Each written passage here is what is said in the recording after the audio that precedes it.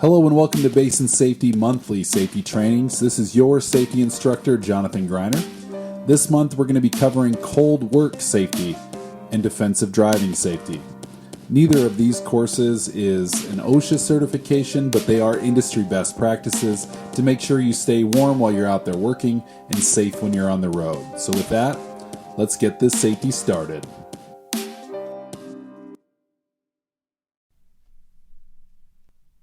All right, so we're going to start with cold weather work and winter preparedness. These are pretty important topics as we get into the colder months of North Dakota. If this is your first winter in North Dakota, don't worry. There's a lot of people who've lived up here in this area for a lot of their life, and they are there to help you. I'm here to help you, so if you have any questions about how to make sure you're prepared and have everything you need, let us know at Basin Safety. Let me know. My email's at the bottom of this. You can definitely reach out, and with that, we'll go ahead and get started. So we're going to be talking about cold weather terminology and precautions, as well as some of the injuries that are sustained during cold weather, including hypothermia, frostbite, frost nip, and immersion foot, otherwise known as trench foot. So there's actually an equation for stress on the body due to cold. So it has two factors, obviously ambient temperature, but then also wind speed. Now, if you're in water, that's a different scenario entirely. So if you're in the water, we're not going to really cover a whole lot about water, but moisture in the air is another factor. Fortunately, in North Dakota and Montana, in this region in the winter, there's not a lot of moisture in the air, so that is helpful. However, that is also a factor. So you take all those factors into consideration, put them together, and this is one of the better wind chill chart, or one of the better charts, the wind chill chart, on how to understand how cold it is outside based on the wind chill. Now, obviously, with today's weather apps and stuff like this, you don't need to have this like printed in your vehicle, but if you want to and understand that, it's fine. So, each company you work for is going to have different requirements of weather. Typically about -40, regardless of whether it's ambient temperature or wind. Most companies are going to slow things down or shut things down entirely. That's when we send all our guys home. We're like, you know what, guys? Like, if something were to happen at -40, the speed at which serious injury would occur, I mean, we're talking less than 10 minutes, is not worth the risk. So just kind of keep that in mind. Once we get around that range, most people do shut down. So we have outlooks and advisories, wind chill advisories, winter weather advisories. So an outlook is essentially, 3 to 5 days before an event, they'll say, hey, there's an outlook. Once there's an advisory, we know that we have wind chills that are hitting 25 to 39 degrees below zero. And again, you'll see that 40 degrees below zero kind of as a benchmark of when work should probably shut down. Dense fog is another obviously huge hazard due to ice on the road. When you have fog and ice, and they kind of go together, it definitely increases the likelihood of being an auto accident on the road. And a wind advisory issued when sustained winds of 30 miles per hour or greater expected to last 1 hour or longer, with typically wind gusts up to 55. So those are just some terminology, some terms to bank, if you would. Some other terminology: watch, winter storm watch alerts the public of a possibility of heavy snow, blizzard, etc. They're usually 24 to 48 hours before the beginning of a storm. And then we have ice storm warnings and winter storm warnings. So ice storms are typically at a quarter inch more of ice, and then a winter storm warning is issued when a combination of heavy snow, freezing rain, or sleet is expected to occur. Winter storm warnings are usually 12 to 36 hours before the event, so typically the warnings are a little bit more serious to watch versus the watch, ironically. But and then we have a couple more warnings here. We have a blizzard warning. This is issued for sustained or gusty winds of 35 miles per hour with snow, because that's going to prevent us being able to see. And then lastly, the wind chill warning issued for wind chills of 40 below zero or more. So again, at 40, that's usually when we start to cut it off and say, okay, guys, like, the risk here is not, equaling the reward. So if you're going to be traveling, we use this a lot in the winter. There's a North Dakota road map application and a Montana road map application. In the interest I'm sure there's one in South Dakota, but in the interest of time, I'm just going to cover these. So it's essentially a map. There's an actual app you can get on the App Store or the Play Store, or you can look it up online. There's cameras. There's, in different areas you may be traveling, it shows a map of different areas. You can filter out what you're looking for. It tells you about road closures, ice, snow, sleet, what's going on the road.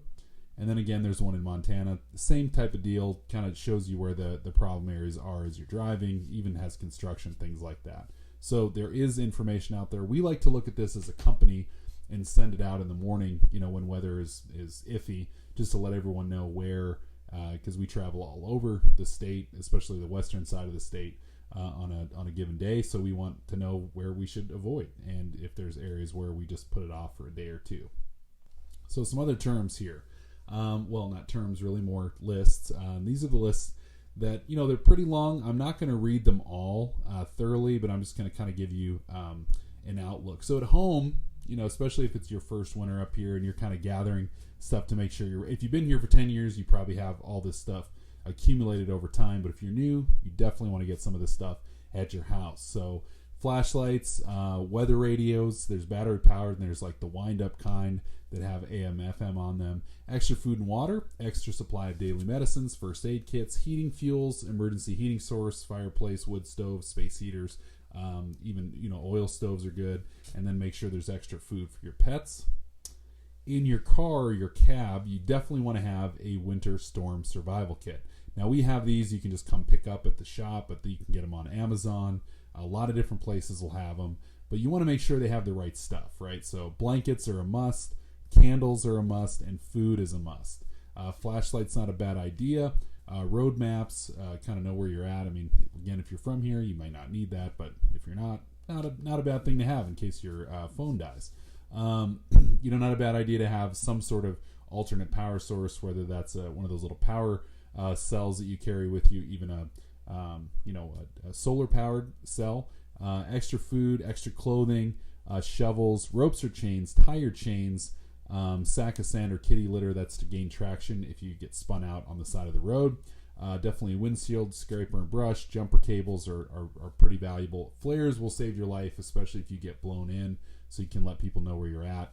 And then, something to de-ice your gas line, because they do get water in them, especially if you're the kind of person that lets your tank go to E a lot, more water vapors will tend to store up in your tank, and then it will ice over. So you definitely want to have some de-icer for your ride. So again, I recommend getting a tote. It doesn't have to be a big one. Even those like medium-sized ones you get at Menards or Walmart. Put all your stuff in there. Put it in the back of the truck or in the back seat. Have that ready so you're ready to go. Some other things you can do: make sure your antifreeze levels are good. Make sure, basically do a pre-check, but a little bit more geared towards winter. You want to make sure all your stuff's ready to go for the winter, especially your tires, and you have tires that can make it through. Because as it gets icy, it doesn't matter how good of a driver you are, if your tires are not ready to go, you're going to have a lot of problems on the road. So yeah, again, thorough pre-trip. Make sure you have winter windshield wiper fluid. That's really important to have. Your antifreeze levels are good. Your tires are good. Oil changes are up to date, etc. You do not want your vehicle breaking down on a location or as you're going somewhere when it's negative 40. I promise you. Especially if it won't start, you're going to be in a world of hurt. Household prep. Again, a few more things. Make sure you have extra water. At least a supply, 1 week supply of essential medications. Things of that nature. Again, I'm not going to go through the list thoroughly just because there's a lot of stuff here and I don't want to take up too much time. All right, here's some emergency situation strategies. So if you're stranded outside, you definitely want to have shelter and try to stay dry. If there's no shelter available, you definitely want to make one and have some sort of heat source for yourself, and anything else that will absorb heat, you want to keep that near that fire.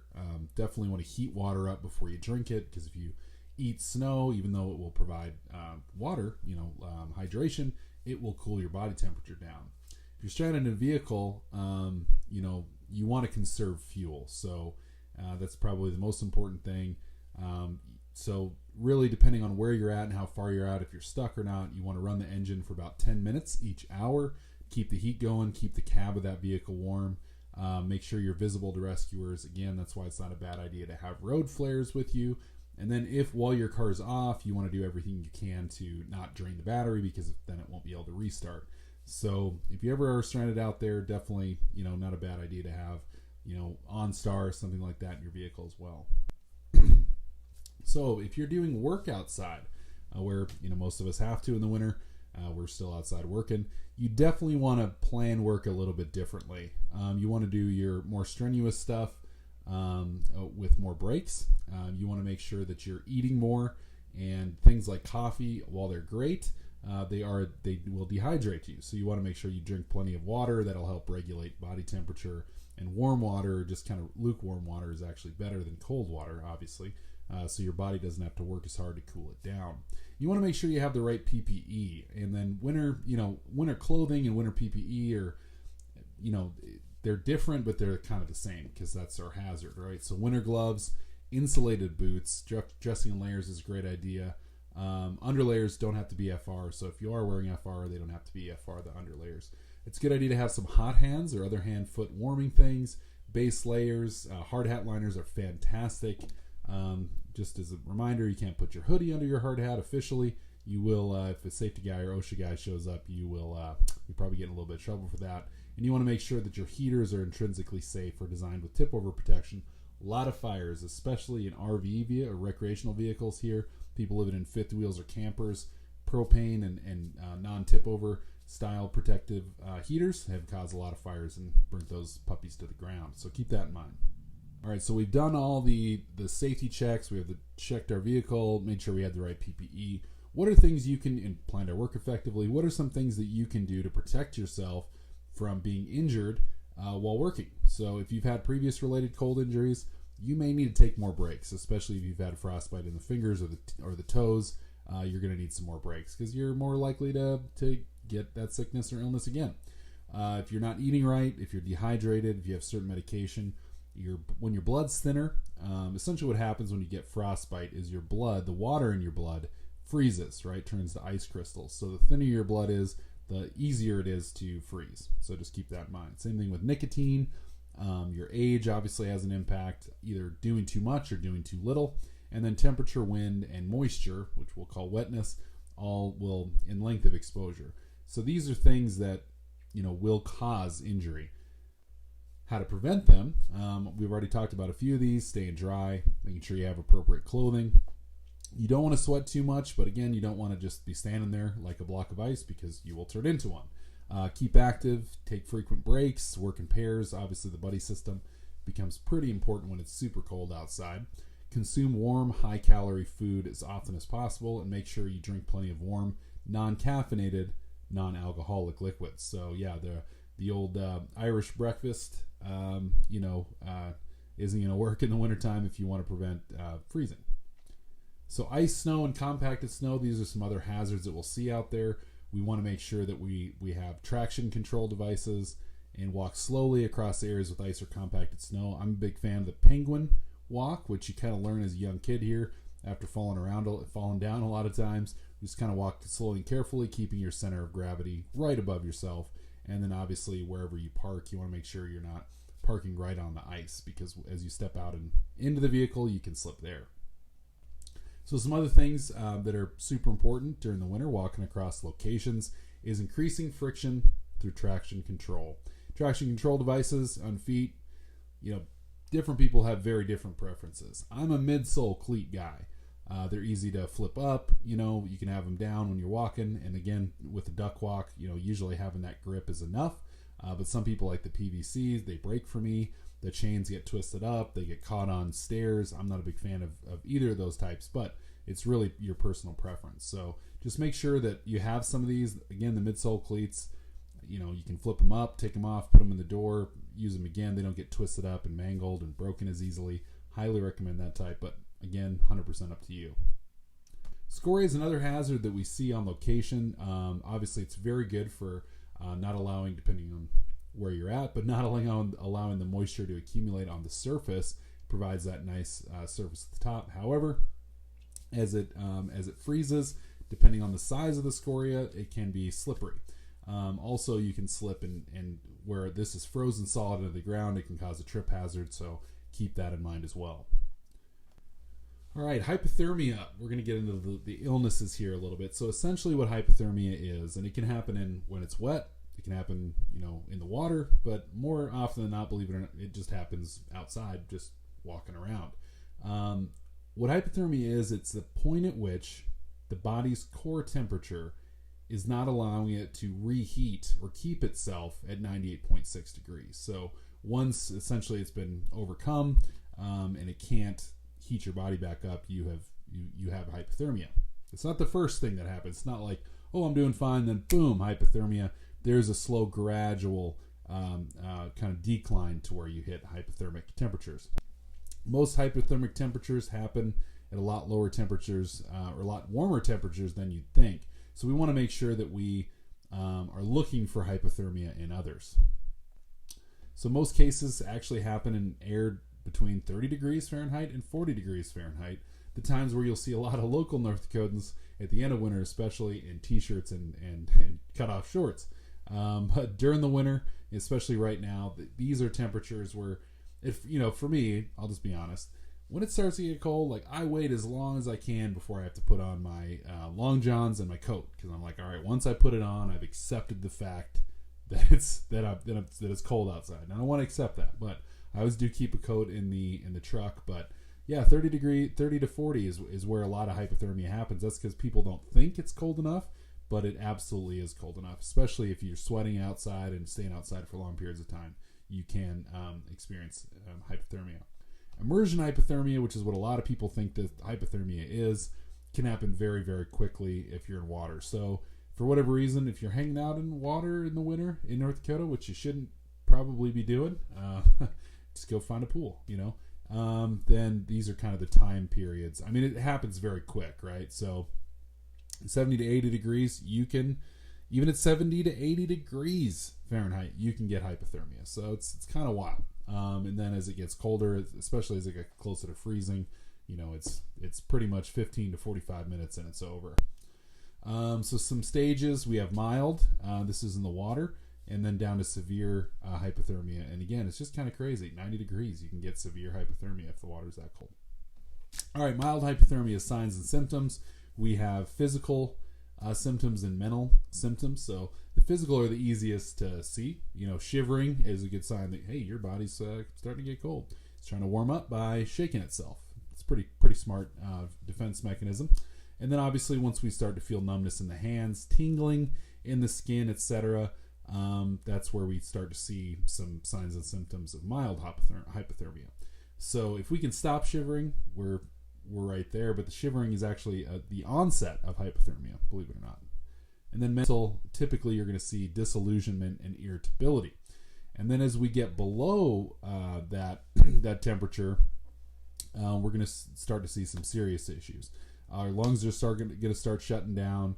The pulse may stop or feel like it's not pulsing. The pupils are going to be dilated and fixed. Our skin's going to start to turn blue. And at this point, our brain activity slows down. Basically, our body's shutting down everything to keep itself warm. That's where we don't want to get.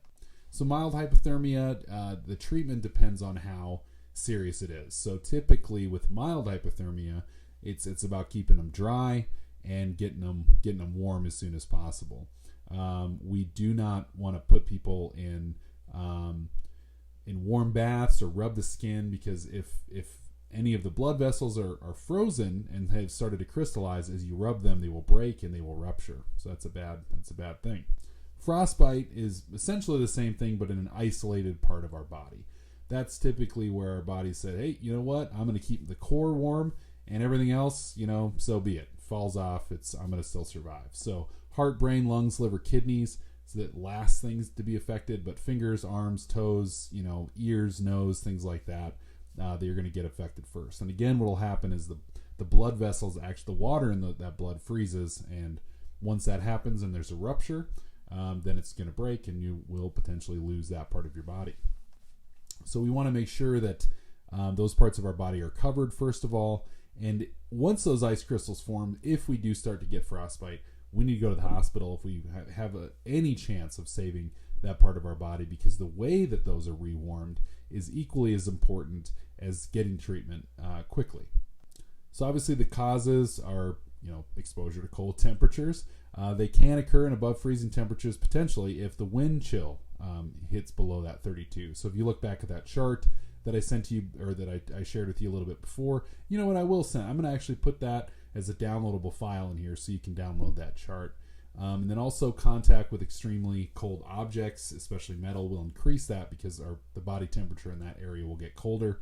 And then obviously compressed gases that are cold. When gases move through something, the rapid expansion creates a cooling effect, believe it or not. So that can also cause frostbite. There's two types. There's superficial and deep. Superficial sounds like what it is on the top, and deep sounds like what it is. Deep down, closer to the bone or the cartilage, where severe damage will occur. So superficial, again, can happen on any layer of the skin. Usually you're going to start to see a redness and then a grayish, depending on the color of your skin, a burning, tingling, itching, or cold sensation. So once you start to feel your body tingling, the onset of frostbite is occurring already. I mean, some people will be like, tough it out. Well, it depends on your body's. If your body's not used to having to keep itself warm, it will get colder faster. So if you're from like Georgia or Texas and the cold really affects you really fast, don't let guys, kind of push you to be like, oh, you wuss, you need to, just take it. No. And honestly, on the flip side, if someone who's been in colder climates their whole life goes to the south during the middle of, August, they're going to have a hard time staying cool. So it just depends on what your body's used to. You may see some blistering as well. That's typically superficial, which is still pretty rough on you. Deep is insane. Like you're talking, and I just, usually don't use gruesome images. In this one, I do because this is just the earth itself, doing this to people. So I want everyone to know, like, hey, once you start to feel that cold, treat it right away. Like, just if you got to take a break, whatever, get warmed up. Make sure you have some hot hands, put in your boots, your gloves, etc. Keep yourself warm. So treatment, again, we don't want to leave the person alone. We want to get them dry. For frostbite, it is okay to use water, unlike hypothermia. And we want to keep them in nice warm water so that those, and what I recommend actually is you start at about 98 to 100 degrees kind of body temperature, and then gradually increase the heat so there's a nice slow process of reheating those extremities so that they don't warm up too fast and cause a different type of damage. So also, it's going to be, if you truly get frostbite, once it starts to heal, it's still going to blister. You do not want to pop those blisters. You want to let them be. Most importantly, go see a doctor right away for treatment of that. So frost nip, this occurs, and again, this is very common. This occurs before frostbite. And again, just like hypothermia, it doesn't just like, boom, you have hypothermia now. All of a sudden, it's a gradual, gradual decline. Frost nip is the beginning before it gets to frostbite. So this is where we start to feel the tingle, numbness as well. It starts to get hard actually a little bit. And then when that happens, we know we're starting to get frost nip. Frost nip can be prevented by wearing warm clothing and footwear, as well as having some temperature in our, something to help our temperature stay warm.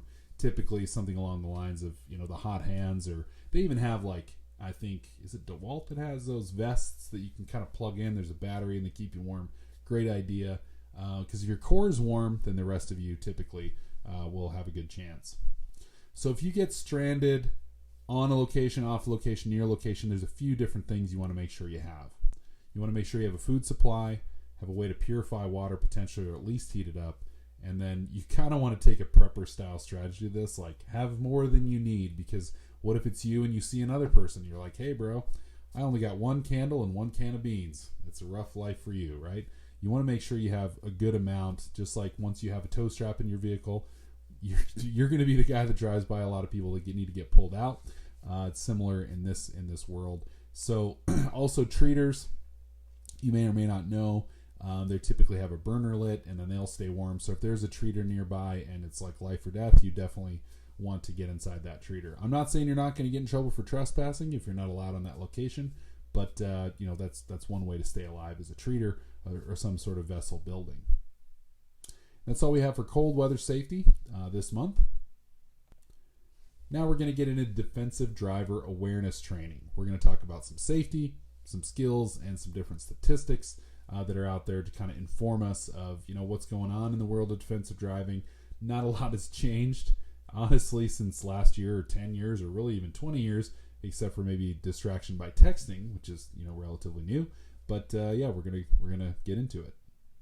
So the objective of this program is to provide information and skills to perform tasks that help us drive safely, efficiently, and with minimal risk to yourself and others. And then we're going to talk about regulations, statistics, and some corporate requirements as well. So defensive driving, this is going to be important, is defined as driving to save lives, time, and money in spite of surrounding conditions and the actions of others. So a lot of us are like, I'm a great driver until someone pulls, it cuts me off. And it's like, well, then if you get aggressive when somebody else does something, then you're probably not a safe driver. That'd be considered a reactive driver or an offensive driver, which, I mean, if I'm going to be honest, there's been times in my life where that's the way I've felt. But as you get older and a little bit more realistic about how important it is that you right all the wrongs in the road, you kind of let it go a little bit faster. So defensive driving definitely saves lives. There's no question about it. If you're careful and are anticipating the actions of others with a cooperative attitude of like, hey, it's not me versus them. We're all on the road. We're all trying to get home. So even if that guy is kind of a jerk, I'm with him. I got his back. I'm going to help take care of him. So the good habits of defensive drivers: they're knowledgeable. They have foresight. Again, they're preparing for things. They're alert. They use quality judgment and have skills to safely avoid obstacles that may cause collisions. And essentially, me versus them attitude is the attitude that causes. And I'll show you some stats about aggressive driving. Like, I don't know how they pull the stats, but I'm sure it's in the police report and investigation. Like, people that are aggressive do cause accidents. So defensive driving does save time. There's a tempo, obviously, to getting where you want to go. You have your route, you have your speed you want to go, and sometimes people prevent that from happening. So maybe you arrive 5 minutes later because of, some of these tactics.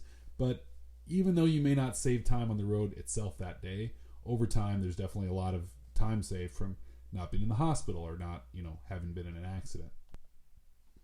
So also money due to injury, accidents, collisions. Obviously, if you've even had a dent in your vehicle in the last 5 years, you know that it's literally a new mortgage on your house to pay for a dent in your car these days with the prices, how they're going. Attitude is probably the most important part of exhibiting defensive driving. This has to be something you just kind of believe in. You have to make a conscious decision to be a safe driver. Again, not letting things rile you up, taking your time regardless of what other people do. And I know this is a little bit of a soft topic, right? But there's just no other way to put it. Like, having a good attitude and not letting things rile you up is vital. So road rage, or aggressive driving, is driving under the influence of too much anger or constant anger, typically provoked by feeling endangered, resentment at being forced to slow down, righteous indignation at someone who breaks traffic rules, and anger at someone taking out their road rage on you. So again, a reactive method. I've kind of put this therapy thing in there. It's a little bit of a joke, but it's true. You got to take a deep breath and let it go. I mean, start singing that Disney song from Frozen in your head and just let it go. So again, the knowledge, skills, things of that nature, the tactics earlier shared, kind of blend in with this. And there's actually a lot of young driver statistics. I didn't put any into this presentation, but there's a lot of young drivers involved in accidents as well. Maturity level is a big part of it. Attention and alertness, knowledge base, decision making, which a lot of young drivers just don't have yet because they're younger, as well as habits, and then also lastly emotions and attitudes. So some physical things, those are kind of age-based and experience-based, but then also fatigue, which I believe in North Dakota, I have to believe on this side of the state, is a big part of driver challenges and collisions that we see. Or people are just tired. Illness, which can also affect that, age, both being very young, as I've mentioned, and being extremely old, which will affect alertness, stress, and then physical disabilities are all kind of physical factors that will affect driver performance. So some major or common driving errors are, first of all, simply put, failure to obey traffic laws. We're all familiar with these people. Maybe we're those people. But yeah, not following the law will potentially cause an accident. Not maintaining your vehicle, another big one. Discourtesy to other drivers and combativeness. And again, I got a whole chart on aggressive driving in North Dakota from 2020 we'll look at. It's a real thing. Lack of knowledge, as we mentioned, and then lastly, bad judgment or poor decision making. So it's a big question I get in these courses. I've heard a lot of different scenarios. If I'm here and it's a roundabout and they're coming around and they're doing this, or they've got this on their trailer, or I've got this on my trailer, who has the right of way? I have an easy answer for every scenario. They do. Now you may say, John, what if I stop first at the stop sign and they stop after me? Well, yeah, officially you have the right of way. If it's a four-way stop, you stop at the same time. The person to the right has the right of way. But if they start going, if you're the person to the right, and they start going, you don't smash into them and say, oh, I had the right of way. Obviously, you may be justified. You may even get out of a ticket. But ultimately, if we're talking about defensive driving strategies, the other person has the right of way. So at intersections, again, I've already kind of talked about this. Knowledge who has the right of way is pretty important. Essentially, it's the person to the right of you. If, again, at the four-way stop, the stop happens at the same time, which almost always never happens. Realistically, like one person is usually a little bit after, but then depending on where you're at, sometimes you're always just wave through, right? Just be patient, pay attention, try to, dialogue silently with the other drivers and make sure that you don't get in an accident in an intersection. So stopping, this is kind of a pet peeve of mine, so I put it in here. If a person stops in front of you, even if they stop halfway through the intersection and then go, you still have to stop at the stop sign, even if you pretty much just stopped at the stop sign. So allow yourself to STOP, just count that off in your head, STOP, and then start moving. So railroad crossings are also indicated essentially, these are a stop sign in a way if a train is coming through, so keep that in mind. You treat them as a yield sign with no train regardless, but then if there is a train coming, they become a stop sign. On a railroad crossing, if red lights are flashing, and the gates are up, you stop first, then proceed with caution. If the gates are down with no train in sight, you still have to stop and wait. And if it just stays down forever, you're going to have to find another route to cross. You do not cross the arm no matter what. And you want to give it some space too. Don't stop right up next to the cross arm. You want to give it about 15 to 20 feet. So buckling up is also important. I do have some statistics for that. These ones are a little bit older, and a lot of them I have 2020s, but here I have 2019s. We want to make sure that we use seatbelts while driving. Obviously, anyone over 4 needs to be restrained by an approved infant carrier, or under 4 rather, not over 4. And then over that, or depending on weight, they have to have a seatbelt on. So 2015 to 2019 in North Dakota here, we see a lot more people getting seriously injured by unbelted and in unbelted situations. And depending on the seriousness, a belt can only do so much, right? So some people are like, oh, well, I heard of a story where a guy didn't wear a seatbelt and it saved his life. Statistically, that's possible, but also statistically, more people unbelted get hurt than belted. So force of an impact on your body, if you are in an accident, if you're going 25 miles per hour, that's like falling 2 stories. 40 miles per hour, it's 6, and 60 miles per hour, it's 12.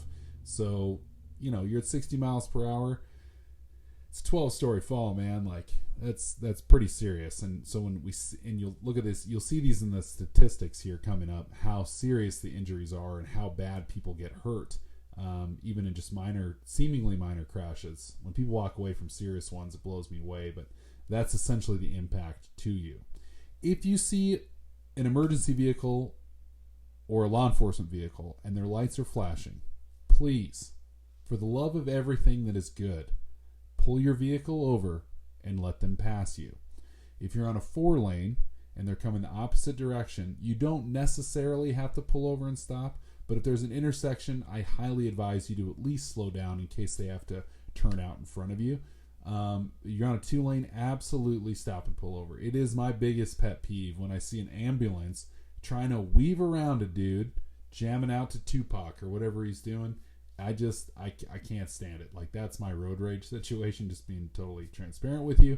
So yes, stop, let them get around you, let them take the person and get them to safety, or get to a person that needs to be taken to safety by pulling over. So amber warning lights with school buses, that means they're about to load or unload. If you see a school bus stopping and some lights are flashing, just stop. Let them go by. This is the other one.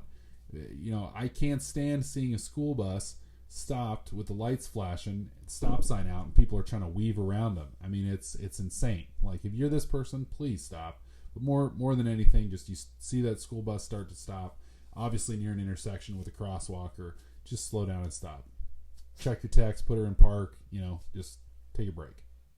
Inclement weather, some other reasons for serious crashes. Very familiar with these in North Dakota.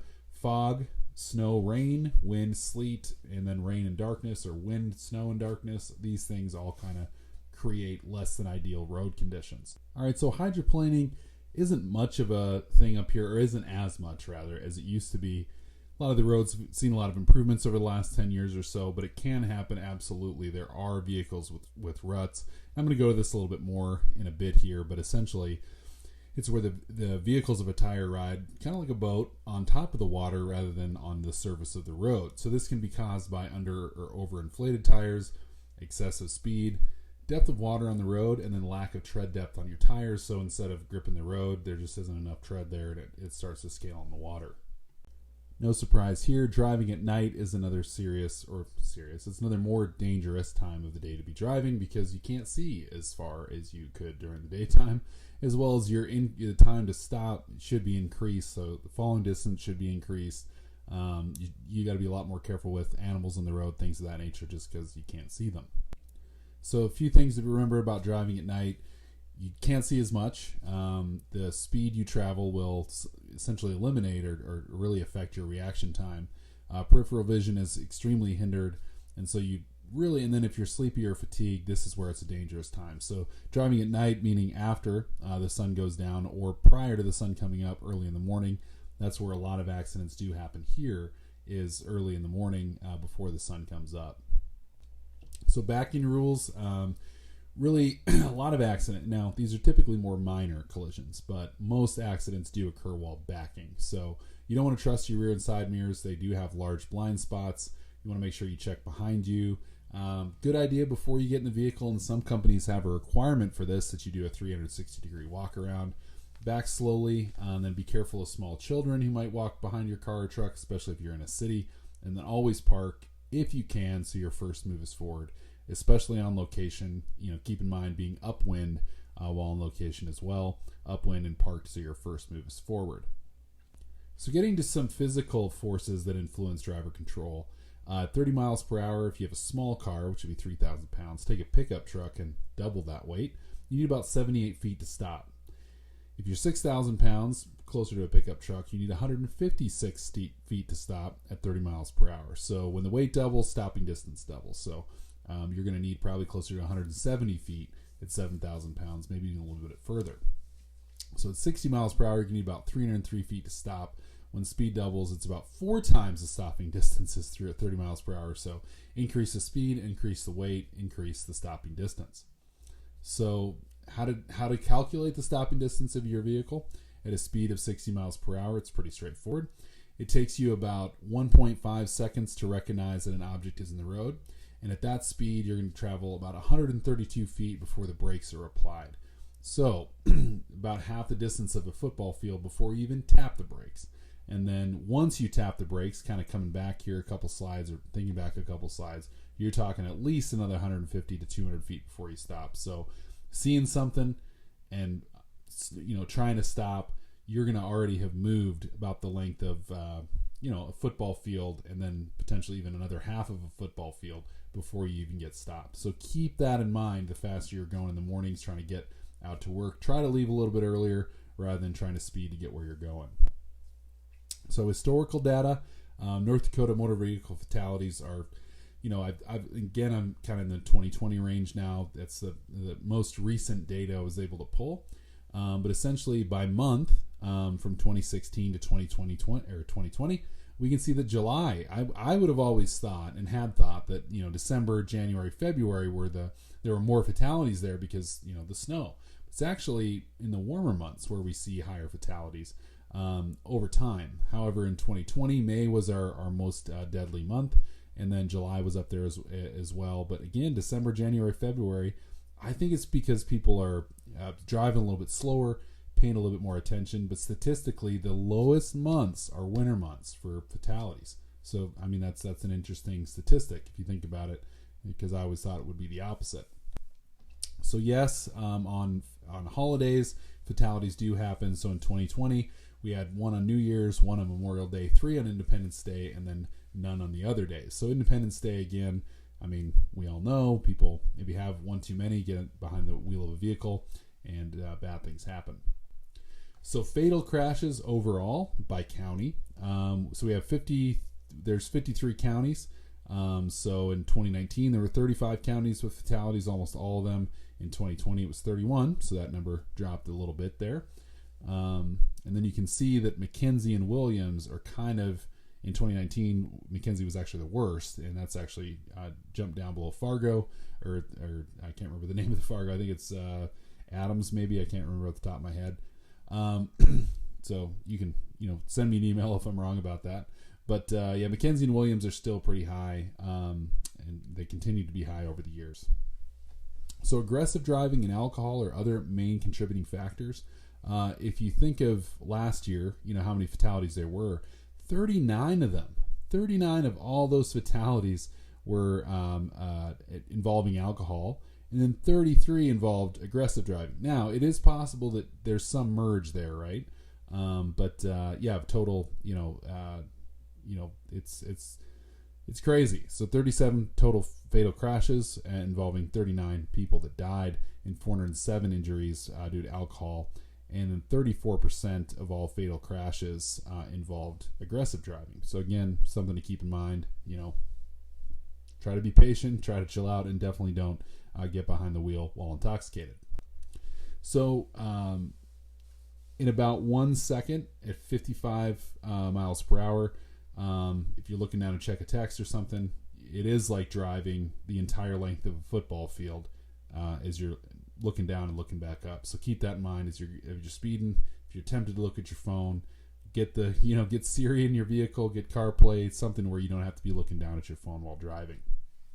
All right, so getting back into some physical forces that affect your vehicle. Traction is essentially the ability for your vehicle to be held to the road, right? So friction is what keeps that traction happening. So we're also relying on friction to stop us, and it's critically affected by the conditions of your brakes, tires, road surface, and your speed. All these things kind of come together. Centrifugal force is what pushes your car away from the center of a curve while driving around a turn or a corner, and pulls you back in if the roadway is shaped correctly, which obviously in recent years in North Dakota used to be like, it'd be a 65-mile-an-hour turn flat, it wouldn't let you bend into it all, but that has improved significantly. Again, hydroplaning, I wanted to kind of keep this on the top of our mind. With ice, something similar happens where essentially we lose traction with the roadway itself, and the tire can spin out, and you can lose control at that point because a slipping tire will always move to the front of a vehicle. So if you have a rear-wheel drive vehicle that's propelling you forward and one of those slips, it will always tend to go to the front of the vehicle, the direction of travel. So traction versus friction. Again, friction is gripping power. Traction is affected by friction, stopping distance, centrifugal force, and hydroplaning. And then by decreasing car traction, you're thereby decreasing the amount of control you have on the car. Pretty straightforward. Inertia is the force or factor that makes things stay in place or stay in motion. Both of those are inertia. So kinetic energy and gravity. Kinetic energy is obviously the energy of motion, what keeps us moving, and gravity is what pulls us towards the center of the earth. So all these things are working in effect to keep your car on the road. And any time something affects those, a bump, ice, water, the ability for your car to stay safely on the road is impacted. So the other, not just keeping your car on the road, but also your distance behind people in front of you, we call this typically the 2-second following rule. So those factors also impact your likeliness to be able to stop and potentially have a collision with somebody in front of you. So in dry weather, 2 seconds minimum, and that's 1 Mississippi, 2 Mississippi. If you take any object on the side of the road, and a car is driving in front of you. Once it passes that object, count how long it takes you to reach that object, and that will give you your following distance. Double the count. If the road's wet, you want to go to 4 seconds. If snow's on the road, you want 6 seconds. And if there's ice on the road, 8 seconds. So that's a significant buffer between you and the person in front of you. So keep that in mind. 8 seconds on icy, between 6 and 8 seconds on snowy or icy roads. So failure to obey, kind of covering these again. Failure to obey the law, maintain your vehicle. These do cause more instances of collision. Discourtesy to other drivers and combativeness, i.e. aggressiveness, lack of knowledge, and bad judgment and poor decision making are things that we have control of. All of these things are things we have control of. So if we can take control of these, it significantly lowers the likelihood that there will be an incident that we're involved in. If there's pedestrians on the road, we definitely want to, schools, park cars in town. You want to take it slow. Keep your eyes on a swivel, especially around 8 in the morning and 3 p.m. When schools are getting in or getting let out. If elderly or disabled are walking by, keep them in mind. And then always, if someone is on the road walking, give them the right of way. Don't be like, I got a truck, you're on 2 legs, I got the right of way. Give them time to get wherever they're going. On a bike, same thing. So if you're sharing the road with a truck, our truck drivers will appreciate this. We want to stay out of their blind spot, make sure that we can essentially see their mirrors at all times. If you're going to have to pass them, which does happen, make sure you pass early so they know that you're back there. Give them as much distance as possible. If they're coming on fast, get out of the way, and then also give trucks the needed room to maneuver. Don't cramp them up, especially if they're making turns.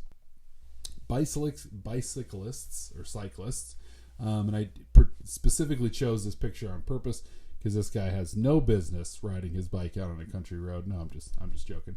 But cyclists are required to follow the same rules that vehicles do, but typically they don't. So just kind of keep that in mind as you see them.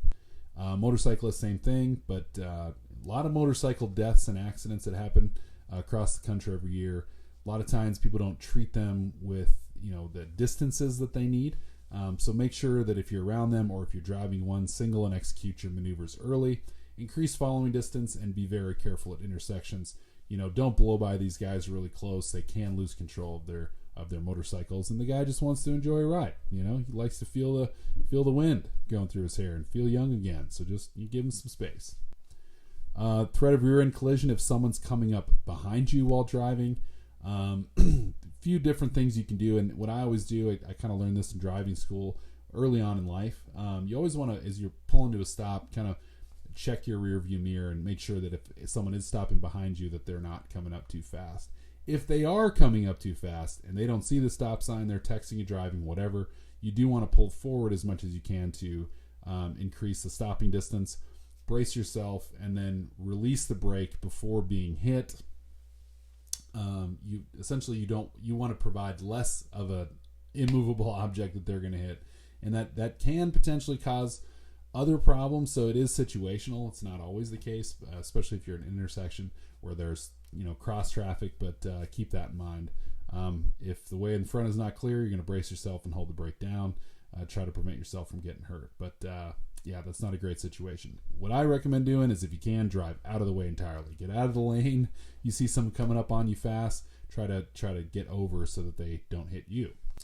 Recovering from a slide. If you are sliding while driving on the ice or snow, you're going to take your foot off the gas first thing. Stop the momentum of your wheels. You do not want to slam on the brakes. You want to let off the gas and turn slightly and kind of feel the turn, but you want to turn into the skid. So if your back tire is pulling you to the right, you're going to turn into the right. If it's pulling you to the left, you're going to turn to the left, and that's going to hopefully overcome that skid and keep you going straight. If you get a flat tire, blowout, or loss of a tire, you want to maintain control of that vehicle.